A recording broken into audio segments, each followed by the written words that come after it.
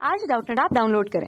Doubtnut पर अपने सभी गणित, रसायन विज्ञान, भौतिक विज्ञान और जीव विज्ञान के डाउट्स का करो सफाया। बस प्रश्न की फोटो खींचो, एक ही प्रश्न को क्रॉप करो और तुरंत वीडियो सोल्यूशन पाओ। अभी डाउनलोड करें। हेलो फ्रेंड्स, प्रश्न है पारिस्थितिक तंत्र की संरचना का संक्षिप्त वर्णन करें। तो आइए इस प्रश्न का उत्तर देखते हैं। सबसे पहले हम देखते हैं कि जो पारिस्थितिक तंत्र होता है वह क्या होता है। क्या देखते हैं, जो पारिस्थितिक तंत्र है वह क्या है। पारिस्थितिक तंत्र क्या होता है, जैविक तथा अजैविक घटकों में, जैविक तथा अजैविक घटकों में या फिर प्रकृति पर उपस्थित जैविक तथा अजैविक घटकों का आपसी संबंध, आपसी संबंध या वह जो रहते हैं जो अपना परस्पर संबंध बनाकर जीवन यापन करते हैं, यानी कि दोनों सहयोग के कारण जो जीवन यापन करते हैं वह क्या कहलाता है, वह कहलाता है पारिस्थितिक तंत्र। ठीक है, पारिस्थितिक तंत्र। तो आइए इस पारिस्थितिक तंत्र की हम संरचना देखते हैं। ठीक है, तो जो पारिस्थितिक तंत्र रहता है उसकी संरचना कुछ इस प्रकार होती है, यानी कि जो पारिस्थितिक तंत्र रहता है उसमें दो प्रकार के घटक होते हैं। क्या होते हैं, दो प्रकार के घटक होते हैं। ठीक है, एक होता है जैविक घटक, एक होता है जैविक घटक तथा दूसरा होता है अजैविक घटक। क्या होता है दूसरा, अजैविक घटक। ठीक है, तो पहले हम बात कर लेते हैं जैविक घटक की।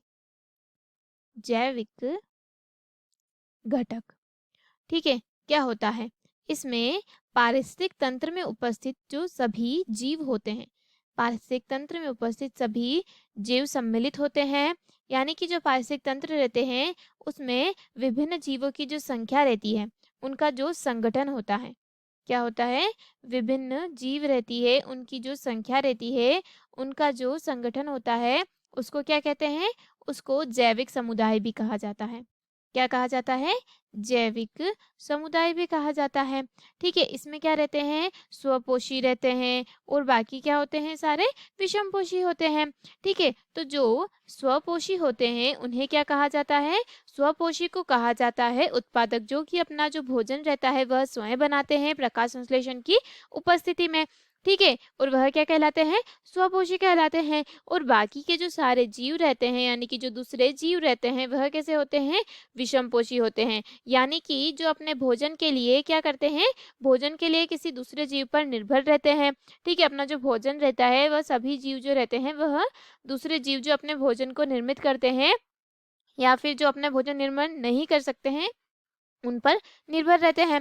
ठीक है, ऐसे को क्या कहते हैं, हम ऐसे को उपभोक्ता कहते हैं। ठीक है, और जैसे अपघटक भी होते हैं वह भी क्या करते हैं, किसी न किसी प्रकार से वह किस पर निर्भर करते हैं, उत्पादक तथा उपभोक्ता पर। ठीक है, तो जो अपघटक होंगे वह भी क्या हो जाएंगे, विषमपोषी होंगे। ठीक है, तो यह हो गया जैविक के बारे में।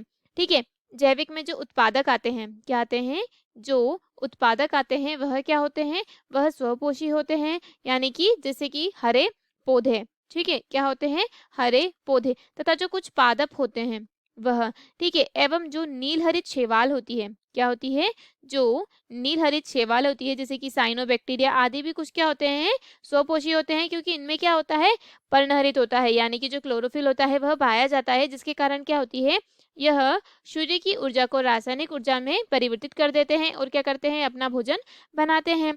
ठीक है, तो इस प्रकार यह क्या कहलाएंगे, यह भी उत्पादक ही कहलाएंगे, जो नीलहरित शैवाल होती है वह। ठीक है, और जो उपभोक्ता होते हैं, क्या होते हैं, जो उपभोक्ता होते हैं उसमें सभी आ जाएंगे, यानी कि ऐसे जीव रहेंगे जो अपने भोजन के लिए उत्पादक पर निर्भर करते हैं तथा जो उपभोक्ता की जो श्रेणियां रहती है उन पर निर्भर करते हैं। ठीक है, इसमें कौन आ जाएंगे, सभी जो जीव रहते हैं वह। ठीक है, अब हम बात करते हैं जो अपघटक है उसकी। तो जो अपघटक रहता है वह क्या करता है, इन सभी के जो मृत पदार्थ रहते हैं उनको सरल पदार्थों में अपघटित करता है, उनको तोड़ता है। तो इसमें क्या आ जाएंगे, सूक्ष्म जीव और जो जीवाणु रहते हैं वह। अब हम बात करते हैं अजैविक घटक की। अजैविक घटक यानी कि जल, वायु, तापमान, ठीक है, जल, वायु, तापमान, आर्द्रता, ठीक है, और क्या आ जाएगा, प्रकाश, कार्बनिक तथा अकार्बनिक कारक, क्या आ जाएंगे, कार्बनिक एवं जो अकार्बनिक कारक होते हैं वह सब आ जाएंगे, जिनके कारण जो जैविक घटक है उनका जीवन संभव नहीं है।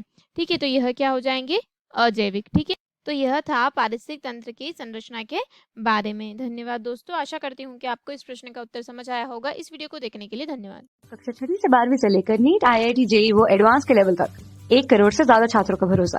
आज ही डाउनलोड करें डाउटनेट ऐप या व्हाट्सएप करें अपने सारे डाउट्स 8400 400 400 पर।